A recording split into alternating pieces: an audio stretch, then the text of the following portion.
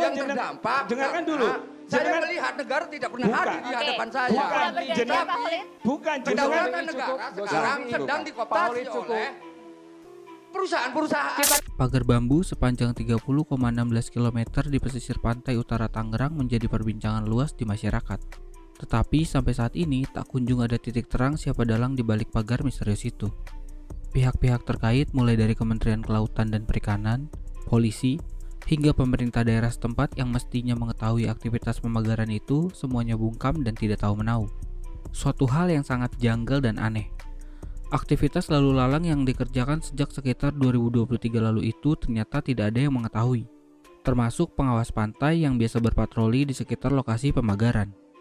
Bahkan ada upaya untuk mengalihkan seolah-olah wargalah yang memasang pagar itu sendiri, yang dimana sangat tidak mungkin untuk dilakukan. Adanya pemagaran laut, siapa yang magarin laut? Siapa? Orang pulang kerjaan kalau kata saya, Pak. Tapi ini adalah memang swadaya masyarakat, tujuannya untuk menambah penghasilan mereka. Dilihat dari segi pembiayaan, proyek tersebut ditaksir mencapai 15 miliar rupiah dengan perkiraan 420.000 per meter. Belum lagi ongkos pemasangan berkisar 100.000 hingga 150.000 per orang. Pagar tersebut memiliki pintu setiap 400 meter yang kemudian oleh nelayan digunakan untuk keluar memutar balik saat akan melaut. Lalu untuk keluar dari zona itu nelayan membutuhkan waktu sekitar 1,5 jam.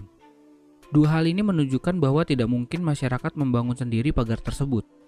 Laude M. Syarif belak-belakan menuduh pihak terkait telah melakukan kebohongan publik terkait pagar laut misterius di sepanjang pesisir utara Tangerang.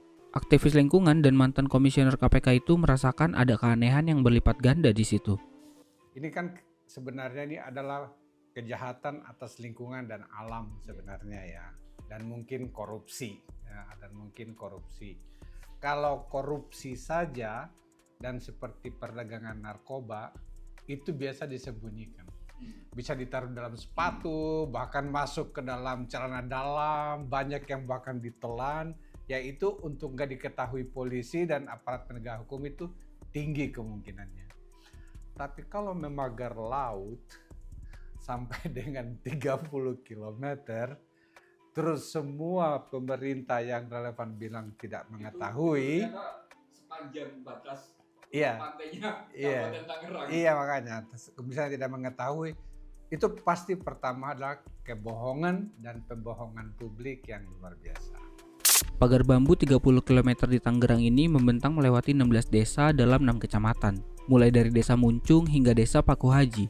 Dalam rentang itu terdapat 3.880 nelayan dan ada 502 pembudidaya yang bergantung pada laut.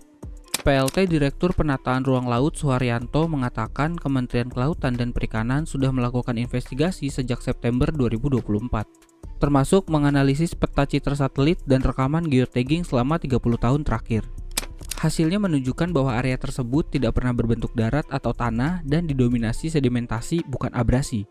Dengan kata lain, kawasan tersebut adalah ruang milik bersama yang terbuka untuk semua orang.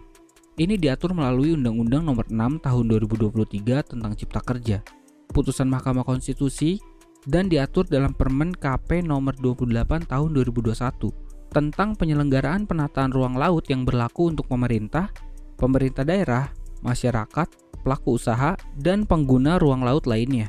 Lalu berdasarkan Perda Kota Tangerang Nomor 1 Tahun 2023, kawasan yang dipagari ini merupakan kawasan pemanfaatan umum yang mencakup berbagai zona vital yaitu pelabuhan laut, perikanan tangkap, pariwisata, pelabuhan perikanan, pengelolaan energi, dan perikanan budidaya. Karena itu, pemanfaatan ruang laut di kawasan tersebut harus menyertakan dokumen KKPRL atau kesesuaian kegiatan pemanfaatan ruang laut. Dokumen ini untuk mencocokkan rencana kegiatan pemanfaatan ruang laut dengan rencana tata ruang dan atau rencana zonasi.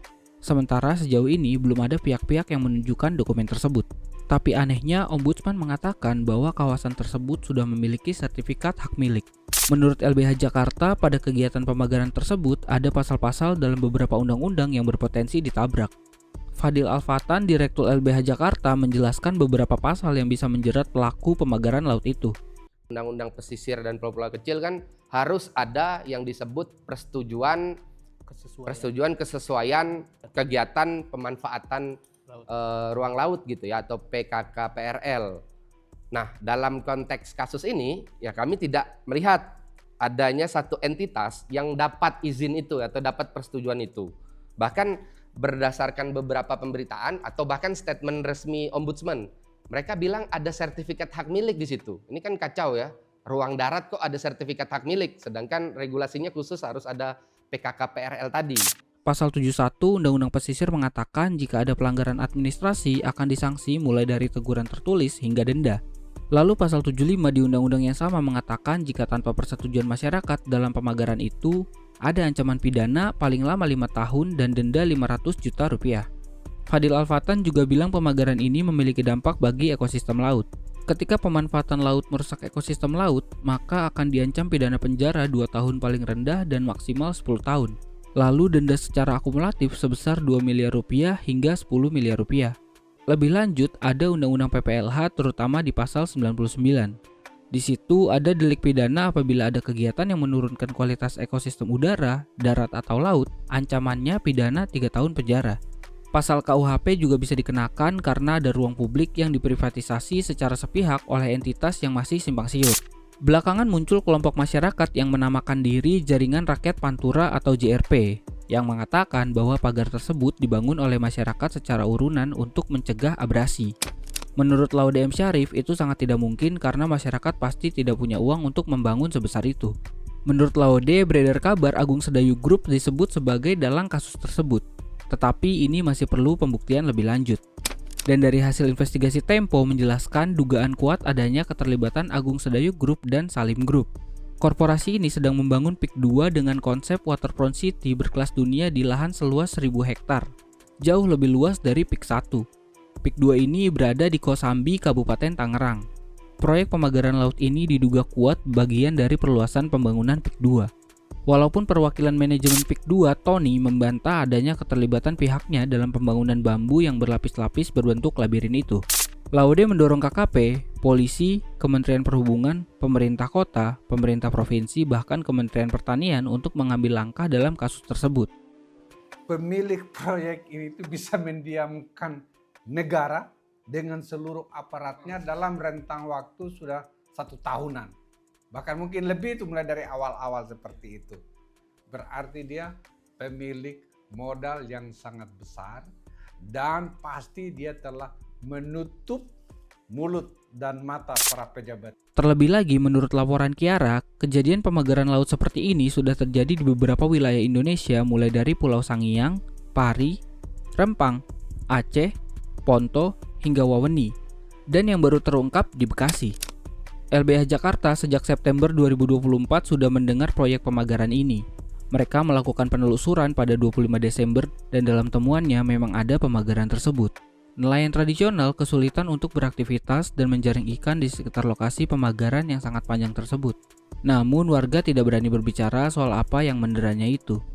Beberapa warga juga mengatakan mendapat upah antara 100 hingga 150 ribu untuk melakukan pemagaran tersebut. Fadil Al-Fatan mengatakan pihaknya sudah melakukan dokumentasi dan mengambil beberapa barang bukti berupa bambu yang patah untuk menguatkan pelaporan. Dia juga mengatakan sudah melakukan somasi walaupun tidak tertuju secara jelas.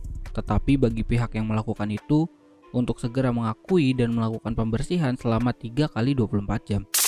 LBH Jakarta, Walhi, dan LBH PP Muhammadiyah sudah melakukan kajian serius atas pelanggaran hukum yang ditimbulkan oleh pemagaran tersebut. Mereka sudah menyiapkan langkah hukum yang akan diambil ke depannya. KKP melakukan penyegelan pagar laut tersebut beberapa waktu yang lalu. Kini mereka mengatakan akan melakukan pembongkaran pada proyek misterius di pesisir utara Tangerang itu.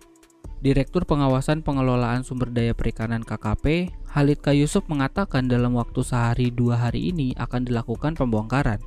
Dia juga mengatakan akan ada sanksi administrasi dan pidana walau belum diketahui siapa dalang di balik pagar laut bambu yang menggegerkan itu. Sementara itu, staf khusus Menteri Kelautan dan Perikanan, Doni Ismanto, mengatakan belum ada pihak yang mengaku memiliki proyek tersebut. Sampai saat ini, KKP belum memanggil pihak-pihak tertentu yang terkait karena identitasnya belum jelas. Namun demikian, Doni memastikan KKP telah melakukan investigasi mendalam untuk mengungkap dalang proyek yang menggegerkan itu.